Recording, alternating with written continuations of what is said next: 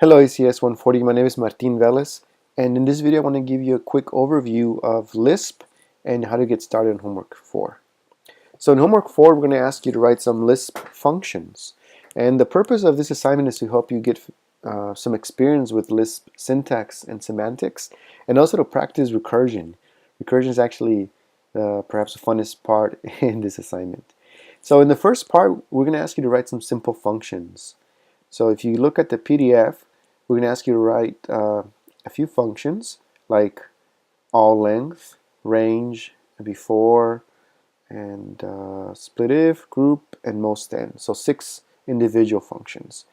Okay, so for example, all length, we're going to ask you to write a function called all length, which takes a list and counts the number of atoms that occur in the list and the nested list. So for example, in this case you have a list with a nested list, but you have exactly 3 atoms.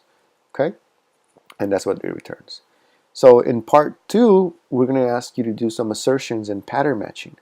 So part 2 starts here, and this would be an example usage of the match function. So the first argument will be a pattern, and the second argument will be an assertion. So if you look at this example, color matches with color, apple matches with apple, and then this special atom matches with red, so you return true. Same with this one. Now the third one, you'll see that color matches with color, the special atom question mark matches with apple, but red doesn't match with green, so you return nil or false. Okay, so that's part 2. That will be a little bit more. That will be a little more challenging than the functions you write in part 1. That's why it's worth a lot more. Now in part 3, you're going to do something similar to part 2, but this time you're going to bind some values to variables. So in part 3, you're going to write a function called match var, and again it will take a pattern and it will take an assertion. But this time you're going to have some pattern variables. So in this example, plus matches with plus, and this pattern variable A matches with 2, and this pattern variable B matches with 3. So that's what you get. So it says, yes, the pattern matches, and in addition, the value 2 is bound to A, and the value 3 is bound to B. So that's part 3. So this is the gist of what we're going to ask you to do, okay? So now from the practical perspective, to get started, just download the zip file. So let's say here it is, and then I already dragged it into my files. So here it is for me. Okay. So now we give you a few files. This is not a file that we give you. I'll go ahead and delete this.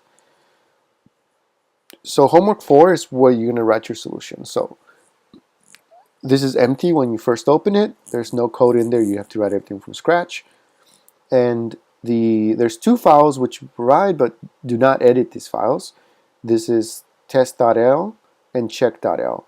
So test.l defines test functions which we're going to use to test the functions that you write. Okay, so and check.l, all it does is it loads your homework, it loads those functions, and it calls a function called test. And if you're curious, this function test is defined here right away in line 2. Okay, now there's a shell script called test.sh, and this test.sh, what it does is it calls Lisp, and basically using check.l, and it prints the output to a file. So let's go ahead and do that right now so I can show you what happens.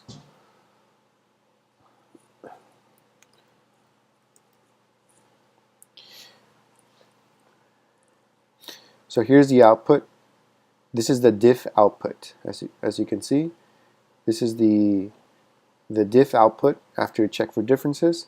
And you'll also see that there's a new file called output.yor, and output.yor only has 9 lines, and this is what the correct output should look like. And the reason for this difference, of course, is I haven't implemented anything in Homework 4.l.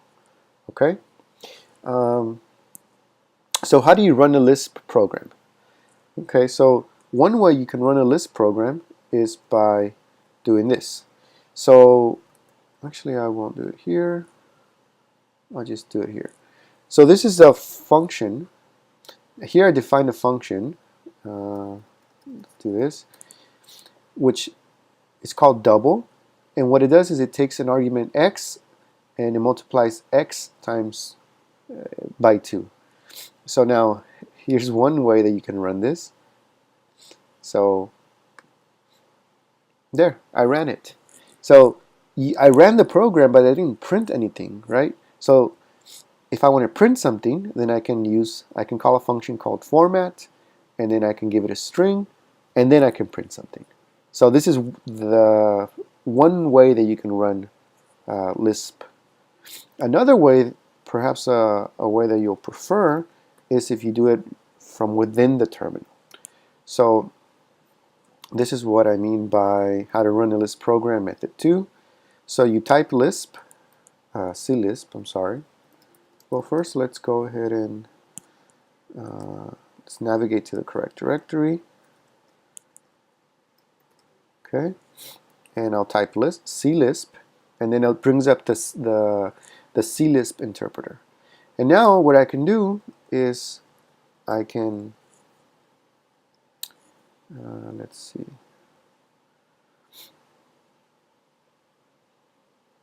I'm going to define this function called double. So I'm going to put this in my homework 4.l. Okay. Notice what happens if I do this. Nothing happens, right? If I call a function called double and I give it 2, nothing happens. But now that I actually wrote the double function in my Lisp file, I can load the file, and I'll use double quotes, not single quotes.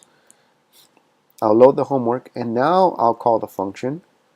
And as you can see, now I can actually use the function I defined. And I can do more, right? I'll define another function. And again, I'll show you that nothing happens. I have to reload it. So I'll go ahead and reload it, and I'll call 888 again, and this time I'll get 24. Okay, so this is how you run a Lisp program. And if you look at check.l, all it's doing it's just scripting this for you. So I do this, I load homework 4, and then I load test.l, and then I just call the function test, which is defined in test.l, and I get this output, which is the same output that you got in output.your, but it triggers a runtime error, which is why it stops. Okay, so that's how you run a Lisp program.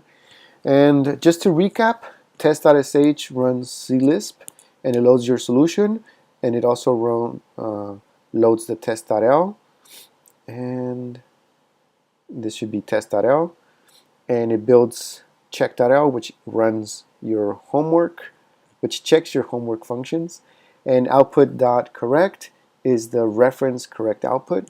So that's what your output should look like.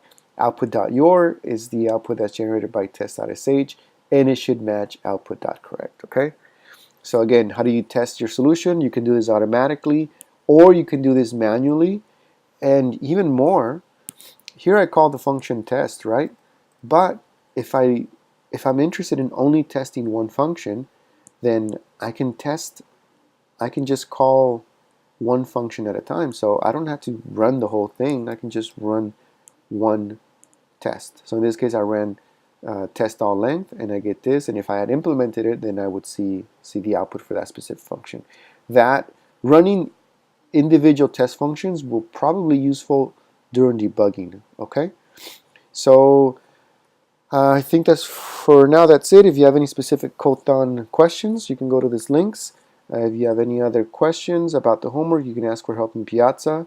Ask a lot of questions or discussion during office hours, and start early. And good luck.